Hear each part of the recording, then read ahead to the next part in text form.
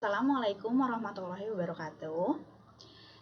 Kali ini kelompok kita akan membahas tentang keterampilan dasar mengajar. Kita dari kelompok 8 yang beranggotakan Erika Dwi Patricia, Fitria Hasanah, saya sendiri Rika Rahmadini, Titin Intan Talia, dan yang terakhir ada Suci Lupitasari.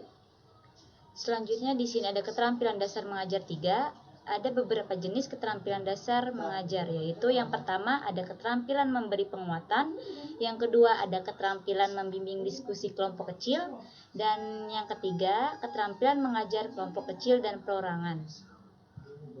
Selanjutnya, keterampilan memberi penguatan, yaitu secara psikologis, setiap orang membutuhkan penghargaan terhadap suatu usaha yang telah dilakukannya.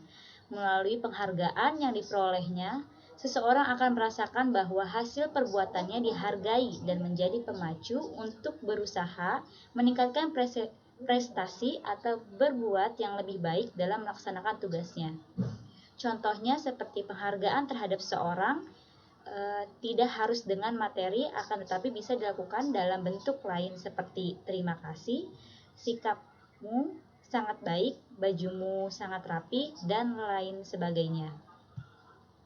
Selanjutnya ada dua pengertian tentang penguatan atau reinforcement. Yang pertama yang dimaksud dengan penguatan yaitu pada dasarnya adalah suatu respon yang diberikan terhadap perilaku atau perbuatan baik yang dapat memacu terulangnya perbuatan baik tersebut. Yang kedua, menurut Wima Sanjaya, bahwa keterampilan dasar penguatan atau reinforcement adalah segala respon yang merupakan bagian dari modifikasi tingkah laku guru terhadap tingkah laku siswa yang bertujuan untuk memberikan informasi atau umpan balik atas perbuatan atau respon siswa. Selanjutnya ada tujuan dan manfaat penguatan. Yang pertama, meningkatkan perhatian siswa. Kedua, membangkitkan dan memelihara motivasi belajar siswa. Ketiga, memudahkan siswa belajar. Keempat, menumbuhkan rasa percaya diri pada siswa. Dan yang kelima, memelihara iklim kelas yang kondusif. Selanjutnya, bentuk atau jenis penguatan.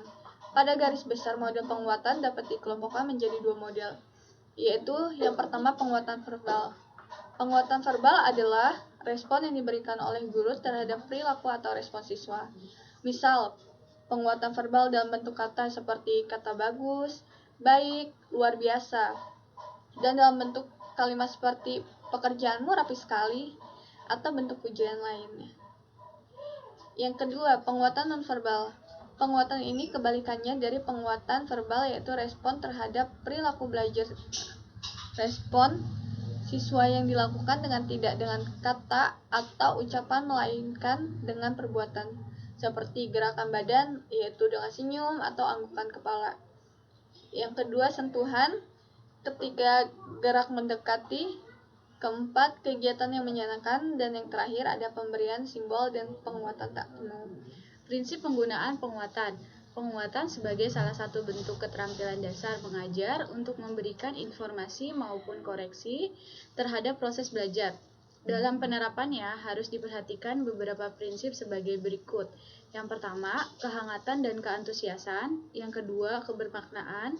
Dan yang ketiga, menghindari penguatan negatif. Adapun unsur-unsurnya adalah sasaran penguatan, dilakukan dengan segera, dan penguatan secara bervariasi. Lalu selanjutnya ada keterampilan membimbing diskusi kelompok kecil. Maksud dari diskusi kelompok kecil adalah suatu proses pembicaraan yang teratur yang melibatkan sekelompok orang dalam interaksi tatap muka yang informal dengan tujuan untuk mengambil keputusan atau memecahkan suatu permasalahan atau persoalan. Lalu ada fokus mengartikan diskusi kelompok, yaitu yang pertama ada proses pembicaraan yang teratur, yaitu proses membicarakan masalah dilakukan secara teratur, di mana yang ada di dalam kelompok tersebut masing-masing memiliki kepentingan yang sama. Lalu ada interaksi tatap muka, yaitu komunikasi pembicaraan tidak dimonopoli oleh seseorang saja, akan tetapi semua mendapat giliran. Lalu ada berbagi pengalaman. Dalam kegiatan diskusi, hanya orang tersebut yang punya tidak hanya orang tersebut yang paling punya andil, akan tetapi setiap orang sekecil apapun pendapat atau pengalaman yang dikemukakan harus dihargai. Dan selanjutnya, memecahkan masalah. Keputusan yang diambil dari kegiatan diskusi adalah merupakan produk bersama, sehingga semua yang mengikuti kegiatan tersebut menerima dan melaksanakan hasil kesimpulan yang telah disepakati bersama. Lalu selanjutnya itu ada tujuan dan manfaat diskusi. Nah, pertama itu ada menumpuk sikap toleransi, yaitu siswa itu dapat saling menghargai terhadap pendapat yang dikemukakan oleh setiap peserta diskusinya. Selanjutnya itu ada memupuk kehidupan demokrasi, yaitu setiap siswa secara bebas dan bertanggung jawab terbiasa mengemukakan pendapat. Selanjutnya ada mendorong pembelajaran secara aktif. Siswa dalam membahas suatu pembelajaran itu tidak selalu menerima dari guru, tapi mereka mulai kerjasama dalam diskusi kelompoknya. Selanjutnya itu ada menumbuhkan rasa percaya diri. Menumbuhkan rasa percaya itu dengan kebiasaan berargumentasi yang dilakukan antar sesama teman. Selanjutnya itu ada tahap-tahap kegiatan diskusi. Yang pertama itu memusatkan perhatian. Yang kedua itu memperjelas masalah atau urunan pendapat. Nah, yang ketiga itu menganalisis pandangan siswa. Selanjutnya meningkatkan partisipasi siswa. Terus menyebarkan kesempatan berpartisipasi dan menutup diskusi. Selanjutnya itu ada keterampilan mengajar kelompok kecil dan perorangan. Jadi keterampilan mengajar kelompok kecil dan perorangan itu salah satu cara yang dapat dilakukan untuk memfasilitasi sistem pembelajaran yang dibutuhkan oleh siswa, baik secara klasikal maupun individu. Oleh karena itu, keterampilan harus dilatih dan dikembangkan. Nah, maksudnya itu setiap siswa selain sebagai makhluk sosial, juga sebagai makhluk individu yang unik. Tugas guru dalam membimbing pembelajaran harus disesuaikan dengan karakteristik siswa.